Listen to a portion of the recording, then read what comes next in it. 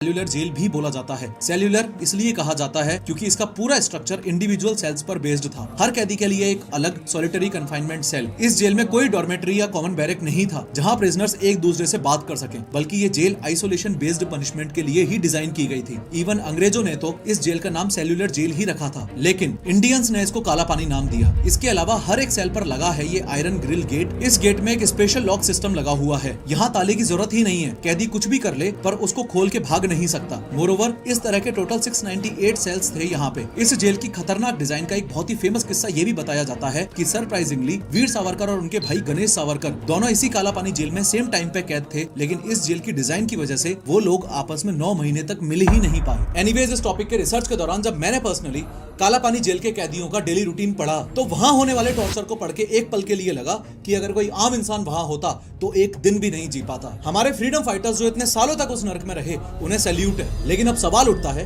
कि वो नर्क आखिर दिखता कैसा था। उस जेल में एक आम दिन का मतलब क्या होता था, चलो आपको बताता हूँ। इस वीडियो में किए गए 3D एनिमेशन की मदद से मेरी ये कोशिश है कि आपको इस दिन का ऐसा फील हो जैसे आप खुद काला पानी जेल में।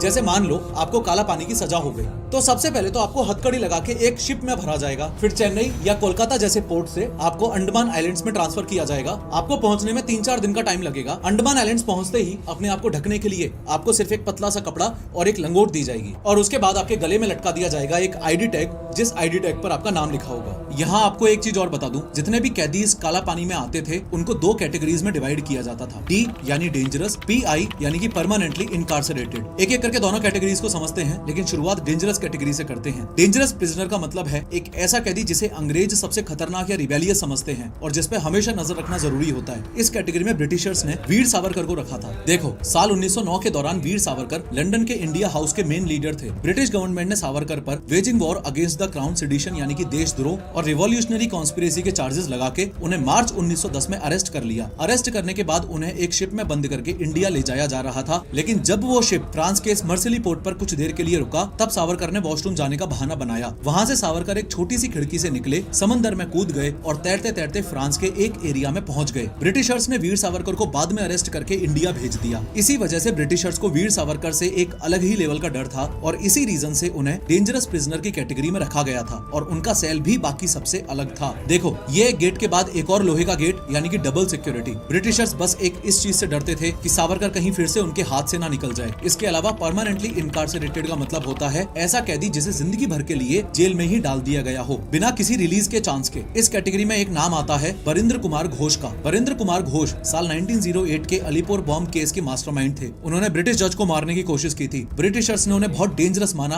और उन्हें जिंदगी भर के लिए काला पानी जेल भेज दिया था। यहाँ एक बात और बता दूं, कोई भी कैदी डेंजरस और परमानेंटली इनकार्सरेटेड वाली दोनों ही कैटेगरीज में भी आ सकता है। यानी कोई कैदी डेंजरस होने के साथ साथ जिंदगी भर के लिए भी जेल में हो सकता है। और ये भी हो सकता था कि किसी कैदी को कुछ टाइम जैसे 10-20 साल की ही सजा हुई हो। एक इंपॉर्टेंट बात यह भी है कि ब्रिटिशर्स ने सिर्फ जेल नहीं बनाई थी, एक पूरा सिस्टम सेट किया था कंट्रोल बनाए रखने के लिए। मेन जेलर तो हमेशा एक ब्रिटिशर ही होता था, लेकिन गार्ड बनने का काम भी प्रिजनर्स से ही करवाया जाता था। पर कौन से प्रिजनर्स? ऐसे प्रिजनर्स जो सबसे ज्यादा चापलूस और चाटुकार टाइप के होते थे, जो अपने लोगों को मारने में भी पीछे नहीं हटते थे। इन्हें जमादार बोला जाता था। जमादार का काम होता था बाकी कैदियों को कंट्रोल करना, उन्हें काम में लगाना और उनकी रिपोर्ट देना। ये लोग रेगुलर प्रिजनर्स ही होते थे, लेकिन ब्रिटिशर्स इन्हें थोड़ा और पावर और बेटर ट्रीटमेंट देते थे ताकि वो बाकी कैदियों में डिसिप्लिन मेंटेन कर सकें। ज्यादातर केसेस में ये गार्ड की पोजीशन उन लोगों को दी जाती थी जो बलोच और पठान मुस्लिम हुआ करते थे, क्योंकि ब्रिटिशर्स जानते थे अगर हिंदू प्रिजनर के ऊपर हिंदू गार्ड ही होगा तो पूरे चांसेस हैं कि वो सॉफ्ट बिहेव कर सकता है। एक बार इस फ्लो चार्ट में देखो, सबसे ऊपर है ब्रिटिश जेलर, उसके नीचे ये बलोच और पठान मुस्लिम गार्ड्स जिन्हें जमादार बोला जाता था, और उसके नीचे बाकी सारे आम कैदी। सावरकर अपनी बुक मेरा आजीवन कारावास में बताते हैं कि उनके टाइम जेलर था डेविड बेरी। डेविड बेरी ने तो ये तक कह दिया था कि दुनिया में तो एक ही भगवान होता है जो ऊपर आसमान में रहता है, लेकिन पोर्ट ब्लेयर में 2 भगवान हैं, एक तो वो ऊपर वाला और एक मैं। खैर, अब आप जेल के अंदर आ चुके हो, सबसे पहला काम है नहाना। नहाने के टाइम आपको ऐसी एक लंगोट ही पहननी होगी। ऑब्वियसली कोई बाथरूम नहीं मिलेगा, कोई प्राइवेसी नहीं मिलेगी, बस खुलेआम सबके सामने नहाना है। जो पानी यूज करना होगा वो भी समुद्र का ही खारा पानी होगा। नहाते हुए भी आपको जमादार से ऑर्डर मिलेगा कितना पानी लेना है, कब खुद को रगड़ना है और कब खुद पे पानी डालना है, एक्सेट्रा एक्सेट्रा। 3 कटोरे पानी से ज्यादा पानी भी नहीं मिलेगा किसी को, और अगर आपने ज्यादा पानी ले लिया